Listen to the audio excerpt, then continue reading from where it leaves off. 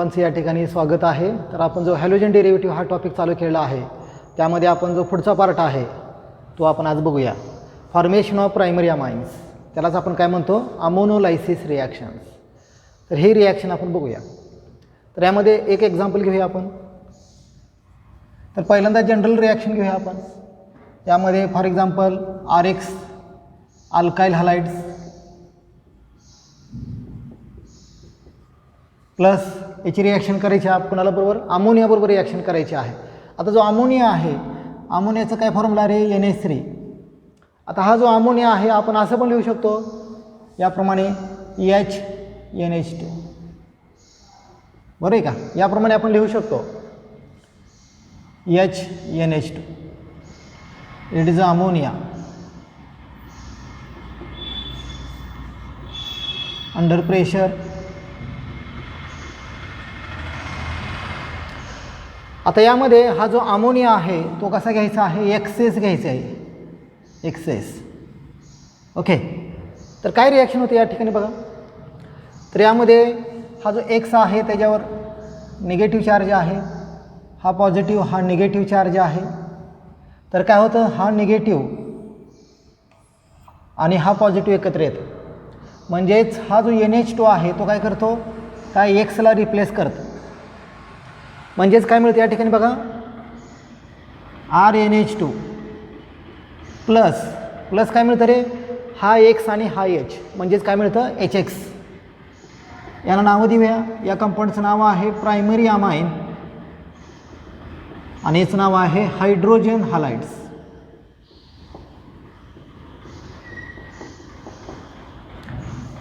आता हे जे रिॲक्शन आहे त्याला आपण काय म्हणायचं, अमोनोलायसिस रिॲक्शन असं म्हटलेलं आहे, अमोनोलायसिस. आता का म्हणायचं या ठिकाणी अमोनोलायसिस रिॲक्शन यामध्ये, कारण यामध्ये रिॲक्शन कोणाबरोबर आहे, अमोनिया बरोबर आहे. आणि काय होतं, या अल्काइल हॅलाइडची ज्यावेळेस अमोनिया बरोबर रिॲक्शन होते त्यावेळेस अल्काइल हॅलाइड स्प्लिट होतं दोन पार्टमध्ये. एक आहे प्रायमरी अमाइन्स आणि एक आहे हायड्रोजन हॅलाइड्स. आणि हे जे स्प्लिटिंग कोणामुळे झालेलं आहे, अमोनियामुळे झालेलं आहे. त्यामुळे या रिॲक्शनला काय म्हणायचं, अमोनोलायसिस रिॲक्शन असं म्हणायचं. आता यामध्ये जो अमोनिया आहे तो आपण काय घेतलेला आहे, एक्सेस घेतलेला आहे. आणि जर अमोनिया जर एक्सेस घेतला तरच आपल्याला काय मिळणार आहे, प्रायमरी अमाइन मिळणार आहे. जर आपण अल्काइल हॅलाइड एक्सेस घेतलं तर आपल्याला जो कंपाऊंड मिळणार आहे ते आपल्याला त्याचे प्रोडक्ट 4 प्रोडक्ट मिळणार आहेत. प्रायमरी, सेकंडरी, टर्शियरी आणि क्वाटर्नरी सॉल्ट मिळतात. त्यामुळं काय करायचं यामध्ये, तर यामध्ये अजून एक्झाम्पल घेऊया आपण. हे जनरल रिॲक्शन आहे. एखादं एक्झाम्पल घेऊया. कोण आहे हा, मिथाइल क्लोराइड्स. याची रिॲक्शन करायची कोणाबरोबर, अमोनिया बरोबर करायची आपल्याला. It is ammonia under pressure. काय होणार या ठिकाणी, याच्यावर निगेटिव्ह चार्ज आहे, हा पॉझिटिव्ह, हा निगेटिव्ह. तर हा निगेटिव्ह आणि हा पॉझिटिव्ह एकत्र येतो. म्हणजेच हा जो NH2 आहे तो काय करतो, त्या Clला रिप्लेस करतो. म्हणजेच काय मिळतं बघा या ठिकाणी, तुम्हाला हा कंपाऊंड मिळतो. प्लस काय मिळतं रे, HCl. या कंपाऊंडचं काय नाव आहे, मिथाइल अमाइन. आणि हा कोण आहे, हायड्रोजन क्लोराइड्स. ओके. तर अशा प्रकारे आपण मिथाइल अमाइन तयार करू शकतो. कोणापासून, मिथाइल क्लोराइड आणि अमोनियापासून. अजून एक एक्झाम्पल घेऊया यामध्ये आपण.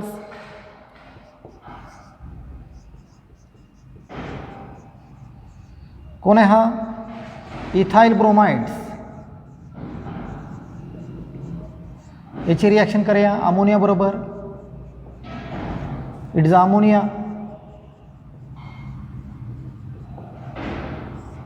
Under pressure. सेम रिॲक्शन आहे यामध्ये. हा निगेटिव्ह, हा पॉझिटिव्ह, हा निगेटिव्ह आहे.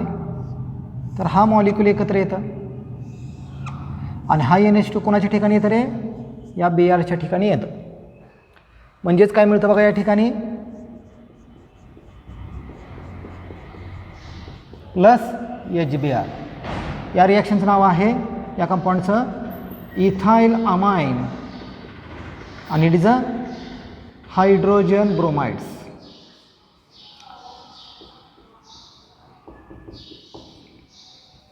ओके, तर हे रिॲक्शन आहे, याला म्हणायचं अमोनोलायसिस रिॲक्शन्स.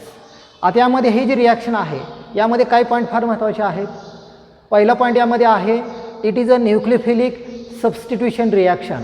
आता हे जे रिॲक्शन आहे ही रिॲक्शन कशी आहे रे, न्यूक्लियोफिलिक सबस्टिट्यूशन रिॲक्शन आहे. का म्हणायचं याला, कारण यामध्ये काय होत आहे, निगेटिव्ह ॲटमला रिप्लेस करत आहे.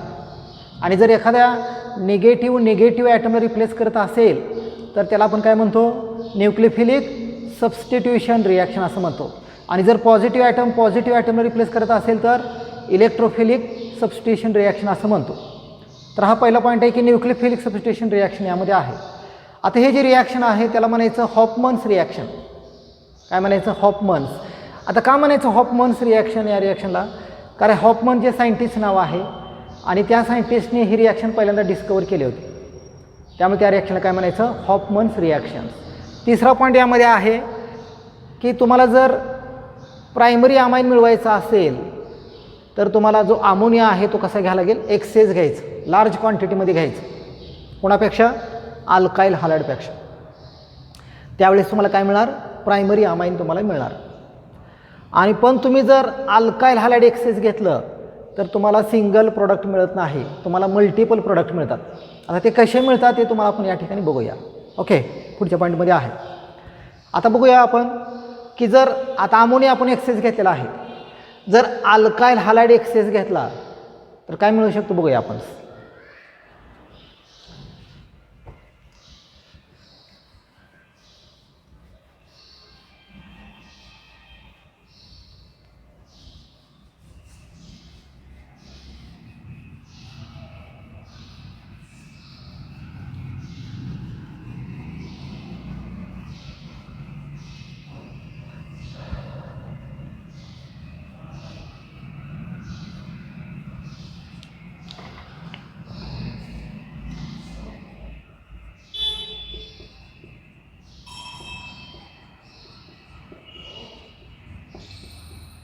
कोण आहे हा, मिथाइल क्लोराइड्स. याची रिॲक्शन करूया अमोनिया बरोबर.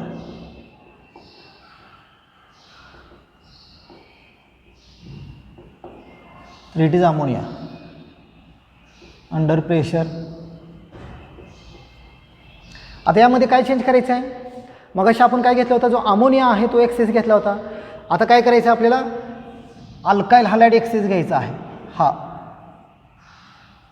हा एक्सेस घ्यायचा आहे, म्हणजे लार्ज क्वांटिटीमध्ये घ्यायचा आहे. मग काय होणार, आपल्याला सिंगल कंपाऊंड मिळणार नाही तर आपल्याला मल्टिपल कंपाऊंड मिळणार आहेत. आता कशी रिॲक्शन होते बघा, पहिल्या स्टेपमध्ये काय होतं रे, हा HCl रिमूव्ह होतं आणि हा NH2 याला ॲड होतो, म्हणजेच काय मिळतं, मिथाइल अमाइन्स प्लस काय मिळणार, HCl. याला म्हणायचं प्रायमरी अमाइन. हा प्रायमरी अमाइन मिळतो.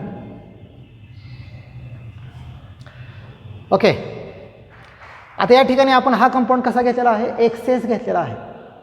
त्यामुळे रिॲक्शन जरी कंप्लीट झाली तर जे अल्काइल हॅलाइड आहे मिथाइल क्लोराइड ते तसंच शिल्लक असतं.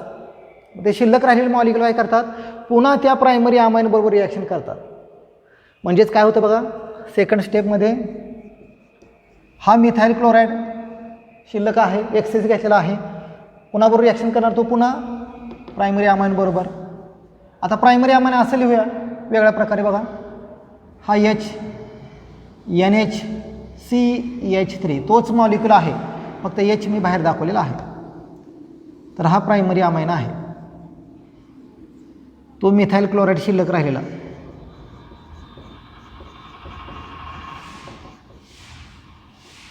काय होतं रे, पुण्यामध्ये हा HCl रिमूव्ह होतोय, पुन्हा, आणि हा मिथाइल ग्रुप इथे अटॅच होतो. म्हणजेच काय मिळतं, हा कंपाऊंड मिळणार आहे प्लस काय मिळतं रे, HCl मिळतं. याला म्हणायचं सेकंडरी अमाइन. आता प्रायमरी अमाइन सेकंडरी अमाइन कसं ठरवायचं रे, कसं नाव द्यायचं त्यांना, तर बघा ते आता फॉर एक्झाम्पल हा अमोनिया आहे, ओके.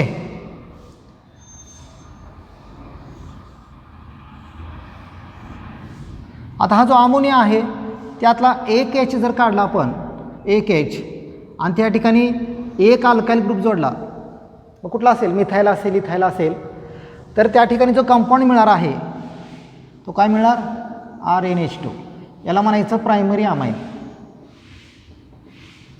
कधी म्हणायचं प्रायमरी अमाईन, जर अमोनियामधला एक एच रिप्लेस केला आपण कशाने, अल्काइल ग्रुपने, तर त्यावेळेस आपल्याला मिळतं प्रायमरी अमाईन्स. जर अमोनियामध्ये दोन्ही हायड्रोजन आपण रिप्लेस केले कशाने, अल्काइल ग्रुपने, तर काय मिळणार आहे त्यांच्यापासून आपल्याला सेकंडरी अमाईन मिळणार आहे. याला म्हणायचं सेकंडरी अमाईन. आणि ज्यावेळेस तिन्ही अल्काइल ग्रुप आपण रिप्लेस करतो, तिन्ही हायड्रोजन कशाने, अल्काइल ग्रुपने, त्यावेळेस आपल्याला काय मिळतं बघा, या ठिकाणी टर्शरी अमाईन आपल्याला मिळतं. Tertiary amine.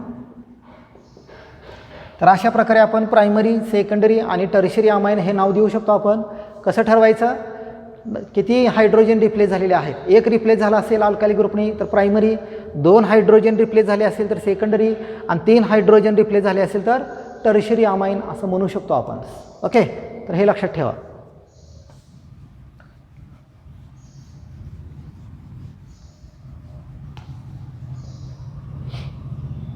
हां, तर आपल्याला काय मिळतं, सेकंडरी अमाईन मिळतं. पण मगाशी सांगितलं मी की हा जो अल्काइल हॅलाइड आपण घेतलेला आहे मिथाईल क्लोराईड, तो कसा आहे, एक्सेस आहे, त्याचे मॉलिक्यूल अजून शिल्लक असतात, पुन्हा ते सेकंडरी अमाईन बरोबर रिॲक्शन करतात.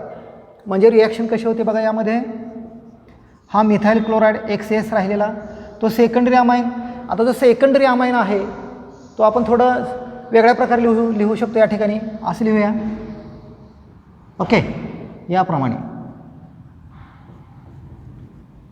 तर हा सेकंडरी अमाईन आहे आणि हा कोण आहे, मिथाईल क्लोराईड आहे. पुन्हा काय होतं रे, पुन्हा हा SL रिमूव्ह होतो यामध्ये आणि हा मिथाईल ग्रुप इथे अटॅच होतं. म्हणजेच काय मिळतं बघा या ठिकाणी, म्हणजे हा कंपाऊंड मिळतो. याला म्हणायचं टर्शरी अमाईन प्लस काय रिमूव्ह तरी SCl. आता या ठिकाणी हा जो नायट्रोजन आहे त्याच्यावर लोन पेअर असत या ठिकाणी, आणि या ठिकाणी रिॲक्शन थांबत नाही. पुन्हा काय होतं, शेवटच्या स्टेपमध्ये जो टर्शरी अमाईन आहे पुन्हा तो काय करतो, त्या एक्सेस मिथाईल क्लोराईड बरोबर पुन्हा रिॲक्शन करतो शेवटच्या स्टेपमध्ये. म्हणजेच काय होतं, यामध्ये हा मिथाईल क्लोराईड पुन्हा हा कंपाऊंड आहे. आता आपण असं पण लिहू शकतो तो कंपाऊंड्स डायरेक्ट. एन आहे आणि मिथाईल ग्रुप किती आहेत, 3 आहेत, याप्रमाणे लिहू शकतो. तर काय होतं यामध्ये, पुन्हा हा कंपाऊंड्स याच्याबरोबर अटॅच होतो. आता 3 मिथाईल ग्रुप आहेत आणि हा एक 4, म्हणजे 4 मिथाईल ग्रुप एकत्र येतात. म्हणजेच काय मिळतं बघा, टोटल 4 आहेत, 4 मिथाईल ग्रुप, हा नायट्रोजन आणि हा Cl, याच्यावर प्लस आणि याच्यावर -4 येतं. याला म्हणायचं क्वाटर्नरी अमोनियम सॉल्ट. काय म्हणायचं, क्वाटर्नरी अमोनियम सॉल्ट असं त्याला म्हणायचं. तर हे झालं अमोनोलायसिस रिॲक्शन. आता यामध्ये जे प्रायमरी अमाईन आहे हा मेजर मिळतो. मेजर म्हणजे काय, याचं प्रमाण आपल्याला जास्त मिळतं. It is a major, large क्वांटिटीमध्ये हा कंपाऊंड मिळतो आहे. आणि जे सेकंडरी, टर्शरी, क्वाटर्नरी अमाईन जे आहे ते मायनर क्वांटिटीमध्ये मिळतं, म्हणजे प्रमाण त्याचं कमी मिळतं आपल्याला. ओके, तर हे झालं अमोनोलायसिस रिॲक्शन. मी एकदा रिपीट करतो, अमोनोलायसिस रिॲक्शन का म्हणायचं, कारण की यामध्ये अमोनियाबरोबर रिॲक्शन होत आहे आणि अमोनियाबरोबर रिॲक्शन झाल्यामुळे जो अल्काइल हॅलाइड आहे तो स्प्लिट होतो 2 पार्टमध्ये, आणि त्यामध्ये अमोनिया इन्व्हॉल्वड असल्यामुळं त्या रिॲक्शनला आपण काय म्हणायचं, अमोनोलायसिस रिॲक्शन असं त्याला म्हणायचं. बरोबर आहे का. आणि जर आपल्याला फक्त प्रायमरी अमाईन मिळवायचा असेल तर जो अमोनिया आहे तो कसा घ्यायचा, एक्सेस घ्यायचा, तर आपल्याला सिंगल प्रोडक्ट मिळतं. पण जर आपण अल्काइल हॅलाइड एक्सेस घेतलं तर आपल्याला सिंगल प्रोडक्ट मिळत नाही, तर आपल्याला काय मिळतं, मल्टिपल प्रोडक्ट मिळत असतात. आणि त्यामध्ये पण जे प्रायमरी अमाइन आहे ते मेजर मिळतं आपल्याला, लार्ज क्वांटिटीमध्ये मिळतं. आणि राहिलेले 3 अमाइन जे आहेत ते आपल्याला मायनर क्वांटिटीमध्ये म्हणजेच लेस अमाऊंटमध्ये आपल्याला ते मिळत असतात. ओके, तर हे झालं अमोनोलायसिस रिॲक्शन्स. आता पुढची रिॲक्शन घेऊया आपण यामध्ये. आणि यामध्ये अजून एक पॉईंट आहे की जे ऑर्डर ऑफ रिॲक्टिव्हिटी आहे, ऑर्डर ऑफ रिॲक्टिव्हिटी कुणाची, जे अल्काइल हॅलाइडचे ते कसे आहे बघा. यामध्ये RI is greater than RBr which is greater than RCl. तर जे अल्काइल हॅलाइड आहे त्यामध्ये सर्वात जास्त रिॲक्टिव्ह कोण आहे, अल्काइल आयोडाईड सर्वात जास्त रिॲक्टिव्ह आहे. आणि लेस रिॲक्टिव्ह कोण आहे, अल्काइल क्लोराइड्स. आता का जास्त रिॲक्टिव्ह आहे, कारण यामध्ये तुम्हाला माहीत असेल की एखाद्या ॲटमची साईज जेवढी जास्त तेवढं बॉन्ड लेंथ कशी असते, जास्त असते. आयोडीन सर्वात मोठा आहे हॅलोजनमध्ये, त्यामुळं जो आयोडीन आहे त्याची साईज खूप जास्त आहे. आणि साईज मोठी असल्यामुळं या दोघांमध्ये जो बॉन्ड आहे त्या बॉन्डची साईज पण वाढते, लेंथ वाढते. आणि बॉन्डची लेंथ जर वाढली तर तो बॉन्ड कसा असतो, वीक असतो. जेवढा बॉन्ड छोटा आहे, स्मॉल आहे, तेवढा तो स्ट्रॉंग असतो. आणि जेवढा बॉन्डची लेंथ जास्त असेल तर तो बॉन्ड कसा असतो, वीक असतो. आणि हा बॉन्ड वीक असल्यामुळं तो लगेच ब्रेक होतो त्या ठिकाणी आणि रिॲक्शन फास्ट होते. त्यामुळे सर्वात जास्त रिॲक्टिव्ह कोण आहे, अल्काइल आयोडाईड. RClमध्ये काय अडचण आहे, Clची साईज कमी आहे, लहान आहे तो. आणि त्यामुळे जे बॉन्ड लेंथ आहे ते पण कसं असतं, स्ट्रॉंग असतं, लहान आहे, स्ट्रॉंग असतं. त्यामुळे सहजासहजी तो ब्रेक होत नाही, त्यामुळे ती रिॲक्शनला वेळ लागतो, स्लो रिॲक्शन होते.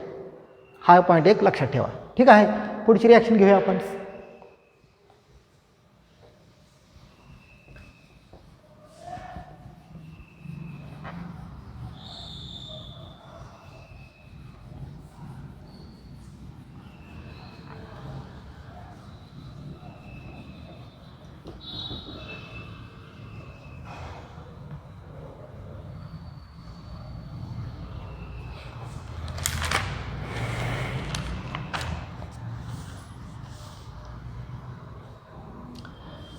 पुढची रिॲक्शन आहे फॉर्मेशन ऑफ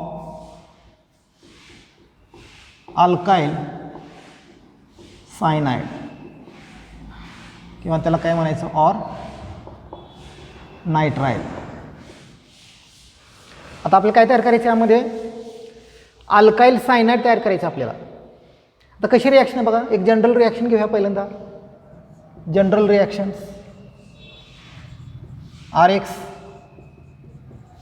अल्काइल हॅलाइड कोणावर रिॲक्शन आहे, हायड्रोजन सायनाइड किंवा KCN घेऊया, KCN किंवा सोडियम सायनाइड कुठला पण घेतला जातो या ठिकाणी. KCN घ्या और सोडियम सायनाइड, या दोघांपैकी कुठलाही घेतला तरी चालतो. याचं नाव आहे पोटॅशियम सायनाइड. ओके, आता कशी रिॲक्शन आहे बघा यामध्ये. तर हा जो हॅलोजन आहे त्याच्यावर कोणता चार्ज आहे, निगेटिव्ह. पोटॅशियम पॉझिटिव्ह चार्ज आहे, हा निगेटिव्ह चार्ज आहे. तर हा निगेटिव्ह आणि हा पॉझिटिव्ह एकत्र येतं यामध्ये. आणि हा जो सायनाइड आहे तो काय करतो, या हॅलोजनला रिप्लेस करत आहे. म्हणजेच काय मिळतं बघा या ठिकाणी, RCN प्लस KX, याला म्हणायचं अल्काइल सायनाइड आणि इट इज अ पोटॅशियम हॅलाइड्स. तर अशी रिॲक्शन आहे. तर हे जनरल रिॲक्शन आहे. यामध्ये काही एक्झाम्पल घेऊया आपण. Number 1 methyl chlorides,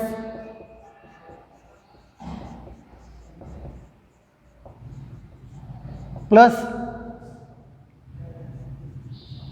potassium cyanide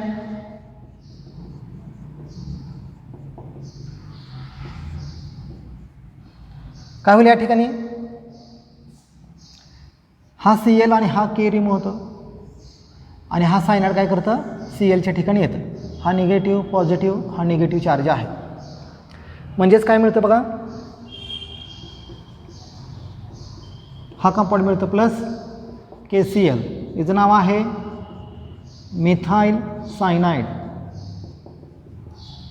आणि हा कोण आहे पोटॅशियम क्लोराइड्स, अशी रिॲक्शन आहे. अजून एक एक्झाम्पल घेऊया यामध्ये.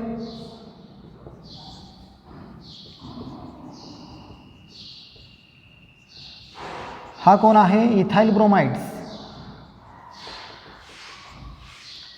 Plus KCN potassium cyanide.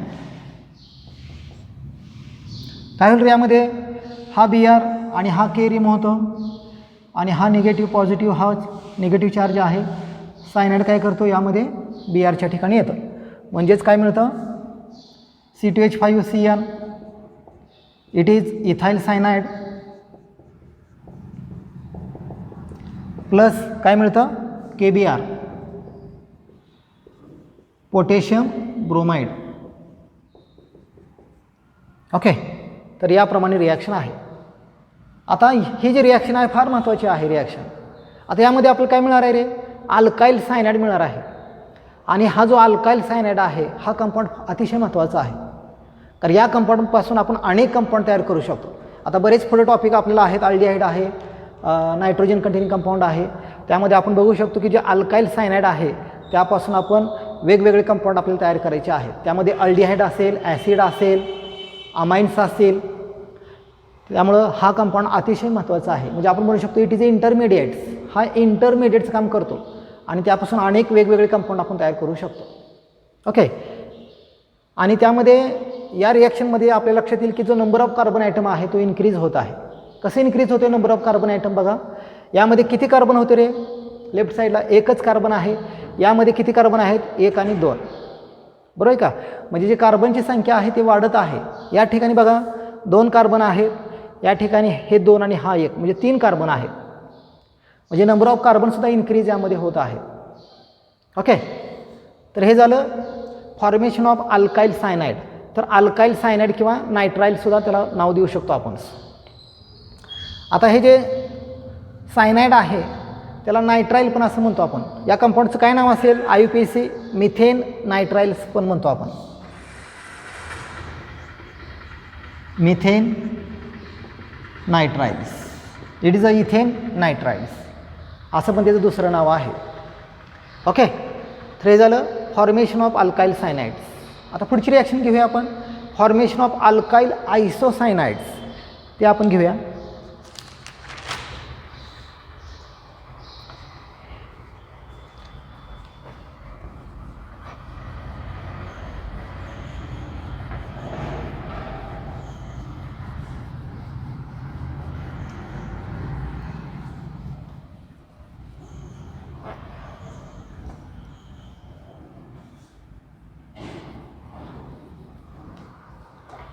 Alkyl आयसोसायनाइड, काय फरक आहे दोघांमध्ये बघा.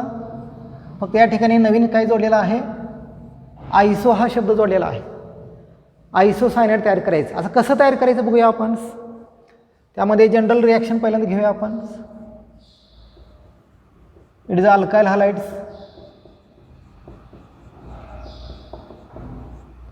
कोणावर रिॲक्शन करायची या ठिकाणी, या ठिकाणी सिल्वर सायनाइड घ्यायचं आहे.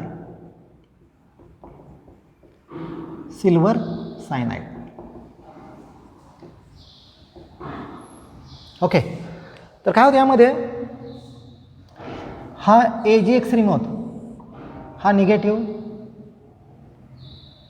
हा निगेटिव्ह, हा पॉझिटिव्ह, आणि काय मिळतं RNC प्लस AgX. याला म्हणायचं अल्काइल आयसोसायनाइड. आणि हा कोण आहे, सिल्वर हॅलाइड्स. आता काय फरक आहे या दोघांमध्ये. मगाशी काय तयार केलं होतं आपण, अल्काइल सायनाइड तयार केलं होतं.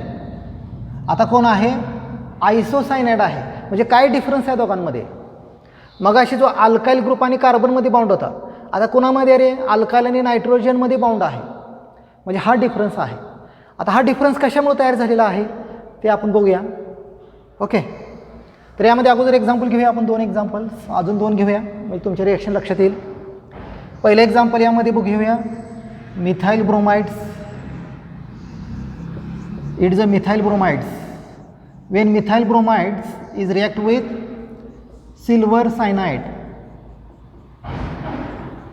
it is a silver cyanide. काय मिळतं यांच्यापासून? हा AgBr रिमूव्ह होतो, हा नाही, आणि हा सायनाइड या BRला काय करतो? रिप्लेस करतो. म्हणजे हा निगेटिव्ह, हा पॉझिटिव्ह, हा निगेटिव्ह चार्ज आहे यामध्ये. म्हणजेच काय मिळतं या ठिकाणी? Methyl cyanide plus AgBr. Sorry, इथं काय मिळतं? NC, methyl isocyanide. आणि हा कोण आहे? सिल्वर ब्रोमाइड आहे. ओके, अजून एक एक्झाम्पल घेऊया. Ethyl chlorides plus silver cyanide, it is a silver cyanide. काय होईल या ठिकाणी? हा AgCl एकत्र येतं आणि हा सायनाइड काय करतं? या Cl रिप्लेस करतं. म्हणजे हा निगेटिव्ह, हा पॉझिटिव्ह, हा निगेटिव्ह चार्ज आहे. म्हणजेच काय मिळतं? C2H5 NC plus AgCl. याचं नाव आहे इथाइल आयसोसायनाइड आणि याचं नाव आहे सिल्वर क्लोराइड्स. याप्रमाणे आहे. ओके, तर बघा आयसोसायनाइड कसं तयार करायचं आणि सायनाइड कसं तयार करायचं हे फार महत्त्वाचं आहे. आता या दोघांमध्ये डिफरन्स का तयार झालेला आहे? या ठिकाणी मिथाइल सायनाइड का मिळत नाही, आयसोसायनाइड का मिळत आहे ते आपण बघूया. ठीक आहे, तर आपण अल्काइल सायनाइडचे 3 एक्झाम्पल घेतलेले आहेत आणि आयसोसायनाइडचे 3 एक्झाम्पल घेतलेले आहेत. ओके, तुमच्या क्लिअर झाला असेल हे रिॲक्शन्स.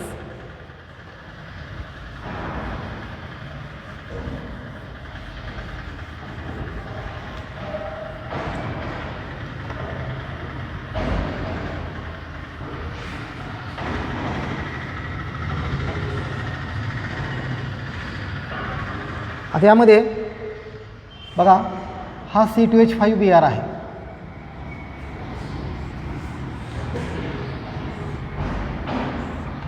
जर यामध्ये आपण KCN वापरलं किंवा सोडियम सायनाइड वापरलं तर काय मिळतं रे आपल्याला?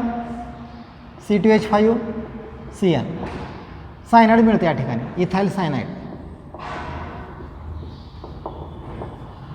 आणि जर आपण AgCN वापरलं तर काय मिळतं या ठिकाणी? C2H5NC मिळतं. याला म्हणायचं इथाइल आयसोसायनाइड. आता हा डिफरन्स कशामुळे तयार झालेला आहे?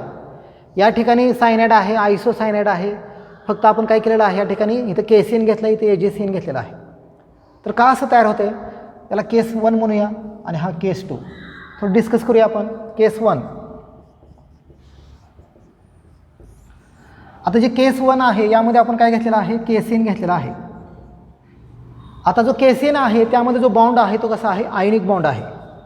हा जो बॉन्ड आहे तो कसा आहे? आयोनिक बॉन्ड आहे. आणि आयोनिक बॉन्ड असल्यामुळे काय होतं? तो ब्रेक होतो आणि कार्बनवर निगेटिव्ह येतं आणि पोटॅशियमवर कोणतं येतं? पॉझिटिव्ह चार्ज येतं. आणि जो अल्काइल हॅलाइड आहे तो याप्रमाणे आहे. फॉर एक्झाम्पल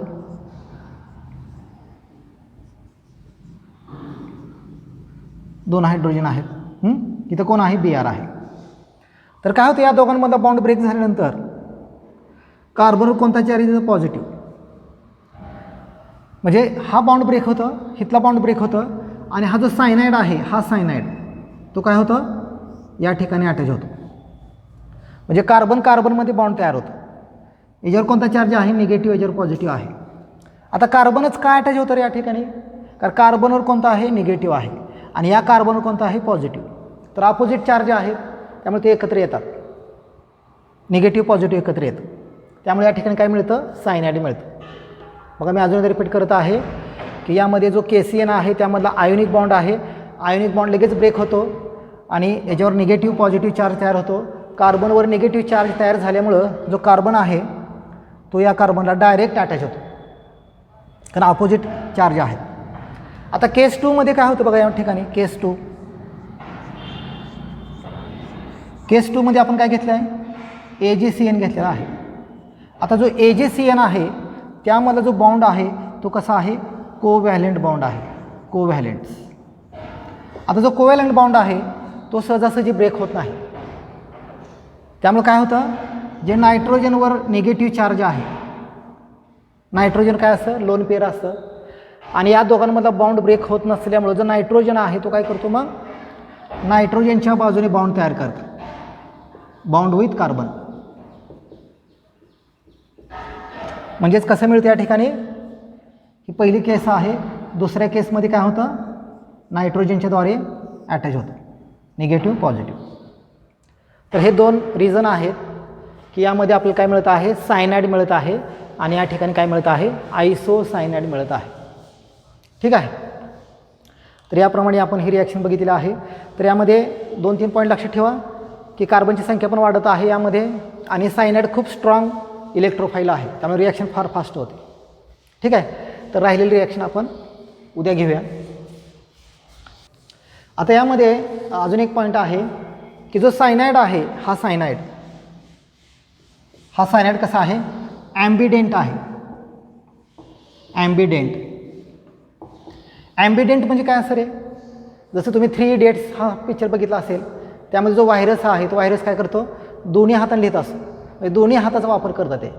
त्याप्रमाणे जो सायनाइड आहे त्यामध्ये जे 2 ॲटम आहेत कार्बन आणि नायट्रोजन हे दोन्ही काय करतात हे दोन्ही अटॅच होत असतात. जसं एक मांडूळ आहे त्या मांडुळात 2 तोंड असतात दोन्ही तोंडाचा ते वापर करतं. त्याप्रमाणे हा काय करतं कार्बन पण अटॅच होऊ शकतं आणि नायट्रोजन पण अटॅच होऊ शकतं. त्यामुळे त्याला म्हणायचं ॲम्बिडेंट असं म्हणायचं. पहिल्यामध्ये काय झालं रे या ठिकाणी कोण अटॅच झाले पहिल्यामध्ये कार्बन अटॅच झालं आहे त्यामुळं काय मिळतं आपल्याला इथाइल सायनाइड मिळतं. दुसऱ्यामध्ये कोण अटॅच झालेला आहे दुसऱ्यामध्ये नायट्रोजन अटॅच झालेला आहे दुसऱ्यामध्ये. त्यामुळे या ठिकाणी आपल्याला काय मिळतं आयसोसायनाइड आपल्याला मिळत आहे. मग सांगितलं मी कार्बनद्वारे काय अटॅच होतं आयोनिक बॉन्ड आहे पटकन ब्रेक होतं कार्बन अटॅच होतं. दुसऱ्यामध्ये काय होतं कोव्हॅलेंट बॉन्ड आहे ब्रेक होत नाही इथला बॉन्ड त्यामुळं नायट्रोजन अटॅच होतं. तर हे त्याचं रिझन आहे. तर बघा यामध्ये आपण न्यूक्लियोफिलिक रिॲक्शन बघत आहे. पुस्तकामध्ये फक्त जनरल रिॲक्शन दिलेलं आहेत त्यामुळे तुम्ही हे सगळं वहीमध्ये लिहून घ्या मग तुम्हाला ते रिॲक्शन समजण्यासाठी सोपं जाईल. ठीक आहे. राहिलेलं रिॲक्शन आपण नंतर घेऊया.